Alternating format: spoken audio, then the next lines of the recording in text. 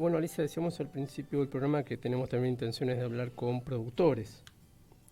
Un poco a propósito de todo esto que ha venido pasando en el programa en esta semana y la anterior, donde hemos llamado a muchos de los candidatos en función de estas elecciones del próximo día 26, y una de las preguntas que siempre hacemos tiene que ver con el sector productivo, y dentro del sector productivo dos puntos claves como son la yerba mate y obviamente el té, el tabaco, el sector forestal, que no la está pasando bien tampoco. Pero la yerba mate es un poco el emblema, ¿no? A partir de la desregulación del precio, a partir de la anulación, en realidad, de el principal rol que tenía el INIM, ¿no? El Instituto Nacional de la Yerba Mate. Jorge Skripczuk está en línea, él es productor, hemos hablado muchas veces con él, y quiero que además de esto que acabamos de decir, sumarle dos cosas más, ¿no? Algo que recordaba la diputada Blanca Osuna más temprano, y que también, bueno, al productor que se le decía, bueno, si la yerba no es rentable, planten otra cosa, dijo un responsable del área del agro del gobierno nacional. O aprendan a lidiar con el mercado. O aprendan a lidiar con el mercado, como dijo una candidata recién, digamos. Y a esto hay que sumarle que no solamente está desregulado el tema del precio, está desregulado el INIM completo, es decir, tampoco hay grandes sistemas de control que estén funcionando. ¿Cuál es su opinión sobre esto, Jorge? ¿Cómo le va? Muy buenas tardes, Alicia y Miguel, los saludamos. Buenas tardes, Alicia, buenas tardes, Miguel. Un gusto a la audiencia, buenas tardes. Bueno, en realidad, bien lo dijo usted, a ver, cuando nos mandan a hacer otro tipo de cultivo, la pregunta es ¿qué es lo que vamos a hacer? ¿Sí? Porque acá hasta ahora no se vislumbra nada, ni un panorama claro, digamos, que tengamos para el sector productivo. ¿Sí? Acá no hay ninguna actividad como para decir, bueno, podemos inclinarnos para este lado. O sea, nos quieren hacer con el imponer el café, algo que ya se probó.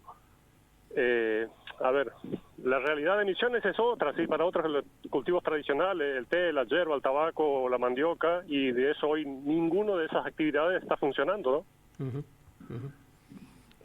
Hablemos del tema concreto del INIM y su ausencia. ¿Qué les ha generado a ustedes a la hora de el precio y sobre todo de los plazos de cobro? No, la verdad que a ver, nosotros por ahí nos cansamos de decir, ¿no? La historia se repite, sí, allá en los años 2000, 2001, 2002, donde teníamos el mismo modelo de gobierno que perjudicaba a los pequeños y medianos productores y también a la pequeña y mediana industria, ¿no?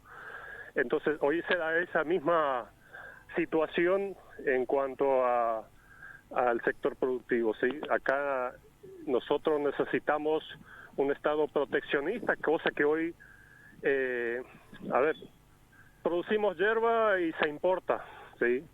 Producimos todo tipo de comestibles y lo van a importar, o lo importan para bajar supuestamente los productos de la canasta básica, cosa que no es así. Lo veíamos ayer en estas declaraciones de este secretario de regulación de la Nación, ¿no?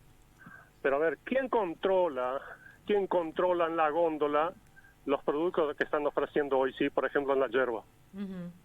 Nosotros sostenemos de que acá tendría que ser, por ejemplo, en un paquete la leyenda no yerba mate con hierbas, ¿sí? Al revés, tendría que ser hierbas con mezcla de yerba, ¿sí? Y ahí establecer bien los tipos de mezcla que están habiendo hoy día, ¿sí? Lo usan un producto tan noble como la yerba para vender otras cosas, ¿no? Jorge, y ya que estamos en esta última etapa de la campaña electoral, creo que no hay un solo candidato que no haya mencionado al sector productivo, al sector de la yerba mate. ¿Cómo ha sido el diálogo con ustedes? ¿Qué les están prometiendo los y las candidatas con los que pueden tener contacto? En realidad, lo que tuvimos contactos fueron con muy pocos, ¿sí? Desde acá de la provincia con, bueno, muy pocos por ahí, lo que son referentes del digamos del gobierno nacional hoy día, no lo conocemos personalmente, lo vemos por ahí por las noticias, ¿no? Entonces, cosas que nos llaman la atención, por ahí gente que desconocen de lo que es el sector productivo, hoy se toman el tiempo para decir, bueno, la yerba la yerba tienen que, o sea, diversificar, que toda esa historia, ¿no? Cosas que ya conocemos. Allá en el 2000-2001 nos mandaron plantar especies forestales en medio de los yerbales porque supuestamente la yerba no iba a funcionar más. ¿Sí? Bueno, hoy se da la misma situación. Y ahí aparece, se me ocurre otra cuestión que es interesante. Escuchábamos a una candidata recién hablarnos también de, en vez del INIM, deberíamos tener un sistema público-privado que funcione como una garantía a la hora de que los productores puedan tomar préstamos y con estos préstamos financiarse tanto en la cosecha como en la adquisición de maquinarias. ¿A qué le suena eso? A los Warren del 2001, 2002, sí. Es la misma historia. Son salvavidas de plomo, sí, que al productor hoy día tomar un crédito es imposible, o sea, eso es condenarse de por vida, ¿no? Jorge, la última vez que hablamos con usted estaban manifestándose frente al INIM, reclamando ahí, entre otras cosas, que se recupere facultades del instituto. ¿Qué novedades han tenido desde esa manifestación? Hasta ahora ninguna noticia, sí, hemos participado ya por segunda vez en una denuncia contra el presidente de la Nación, y esta vez con más asociaciones de productores, que fuimos 6, sí, y más productores particulares, y hasta ahora no tenemos ningún tipo de respuesta, sí. Lamentablemente, o sea, siempre lo decimos, ¿no? Nosotros fuimos a los 3 poderes del Estado, un Estado democrático, fuimos al Ejecutivo, fuimos al Legislativo, fuimos al Judicial y hasta ahora no tenemos respuestas. Ahí es interesante eso que usted plantea porque a través de una presentación judicial ustedes habían logrado que se suspendiera ese capítulo o ese artículo que avanzaba sobre el INIM, pero el presidente desobedeció esa resolución judicial, es decir, que también hay una muestra de que no solamente desobedece al Congreso, sino también al Poder Judicial. Totalmente, o sea, como lo decía recién, en todas partes somos, digamos, ignorados, ¿sí? Porque confiamos siempre en la justicia, y bueno, en esta etapa, bueno, lamentablemente no tenemos respuesta y no estamos reclamando nada fuera del lugar, ¿sí? Estamos pidiendo nada más que se nombre un presidente del instituto, cosa que ha demostrado en esos más de 20 años de vida del Instituto Nacional de la Yerba Mate, con errores, con aciertos, pero siempre había un valor de referencia para el productor, cosa que hoy día no se está dando, ¿sí? Y hoy, bueno, ya finalizada la zafra gruesa, pero hemos tenido en los últimos tiempos valores que han percibido los productores, no en mi caso porque no lo he hecho, hace 2 años ya la yerba que tengo en producción, pero muy por debajo del costo de producción, ¿sí? O sea, cosa que no, o sea, un productor hoy no llega a cubrir el costo, entonces es imposible de sostener.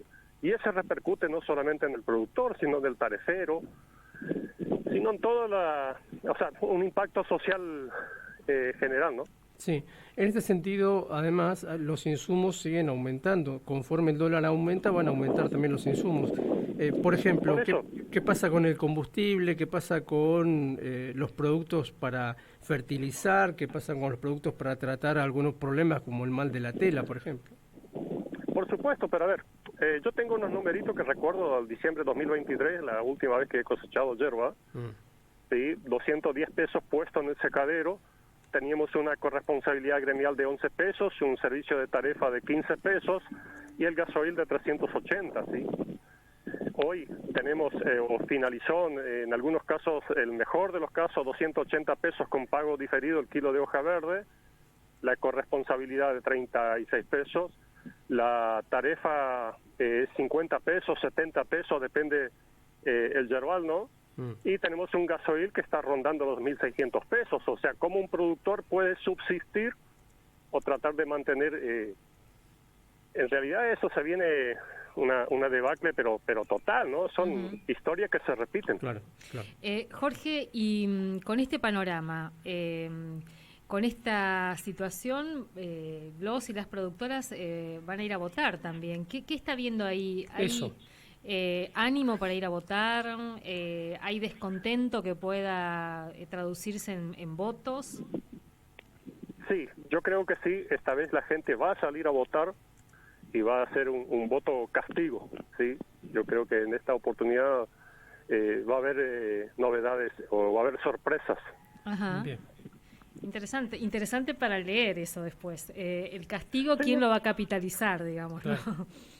Totalmente, pero no, yo creo que esta vez va a haber sorpresas en cuanto al sector productivo, por ahí no son los que mueven, digamos, los números, ¿no? Pero va a haber sorpresas. Uh-huh. Bien, bien. Jorge, bueno, como siempre le agradecemos mucho que nos haya atendido en esta tarde. No, por favor, a ustedes, un abrazo. Hasta luego. Jorge Scrisup, productor yerbatero, produce también otros productos, creo que es productor de té también, de Aristóbulo del Valle, charlaba con nosotros, es un hombre muy respetado dentro del mundo de los productores yerbateros. Perdón, a propósito de las declaraciones de el ministro de Desregulación, Federico Sturzenegger, que salió a celebrar la baja del precio de la hoja verde. Él dijo algo así como que si el INIM estuviera funcionando, el kilo de hoja verde estaría 500 pesos y no se podría tomar mates, más o menos. Me quedo pensando en esto último que dice. Es como un incentivo más para afinar la lectura del domingo, Sí. de los datos del domingo. Bueno, a nivel nacional hay varias coberturas. Nosotros no vamos a estar al aire haciendo la cobertura, pero sí vamos a participar de algunas coberturas nacionales.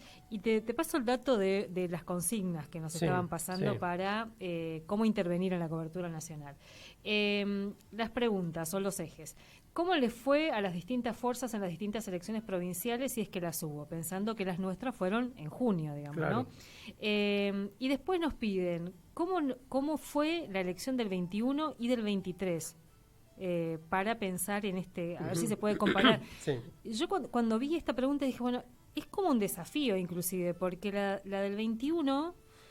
La del 23 que fueron presidenciales, la del 21 que son legislativas, bueno, ahí encontrar como categorías que podamos analizar es como ya un... Sí, y en Misiones hay comportamientos diferenciados en las elecciones de medio término y en las elecciones generales donde se elige gobernador, digamos. Unas son muy provincializadas y en las otras queda como un poco más abierto el panorama. Y después hay una pregunta que voy a pedir ayuda para que me den letra para poder intervenir ahí. ¿Qué particularidades, curiosidades de la provincia y o los candidatos? ¿Qué sería lo más curioso, lo particular de Misiones en este panorama que ya de por sí es muy particular? Mira, una cosa que vi que ha cambiado bastante es el tema del acarreo. Ajá. Yo recuerdo elecciones de hace 15 años atrás y más también, donde el tema de que el tipo que te pasaba a buscar o el sistema de acarreo era...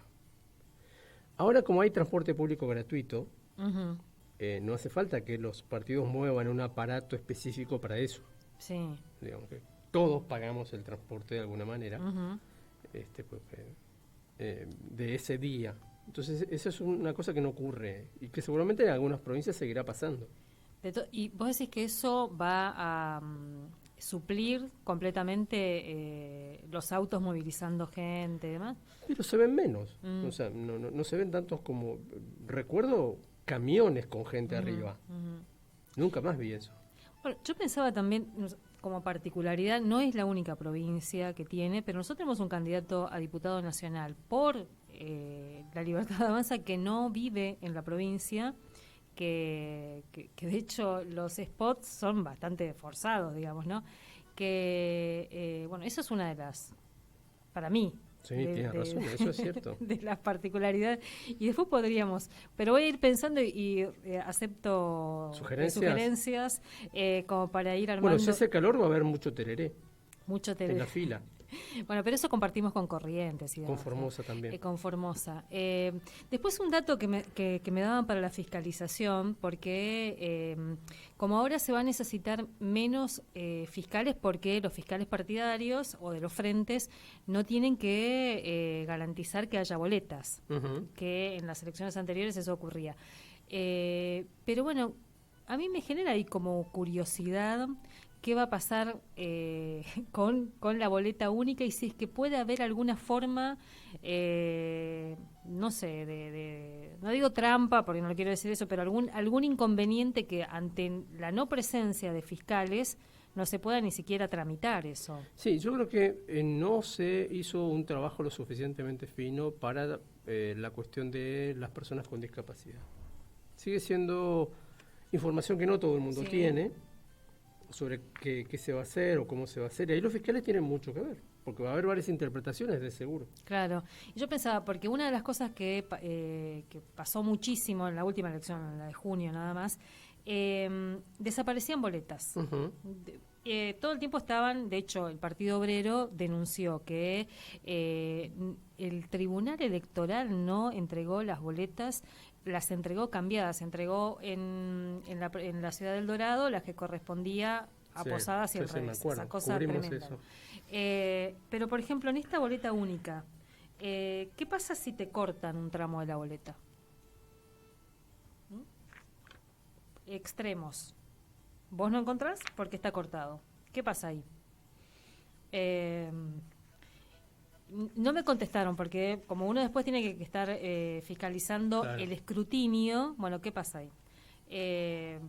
Pero bueno, ahí como para preguntitas que quedan rumbo a las elecciones. Nos queda nada. Dentro de un rato vamos a intentar hablar con otro candidato y mañana con los últimos dos. Así que para también ponernos en tono campaña electoral.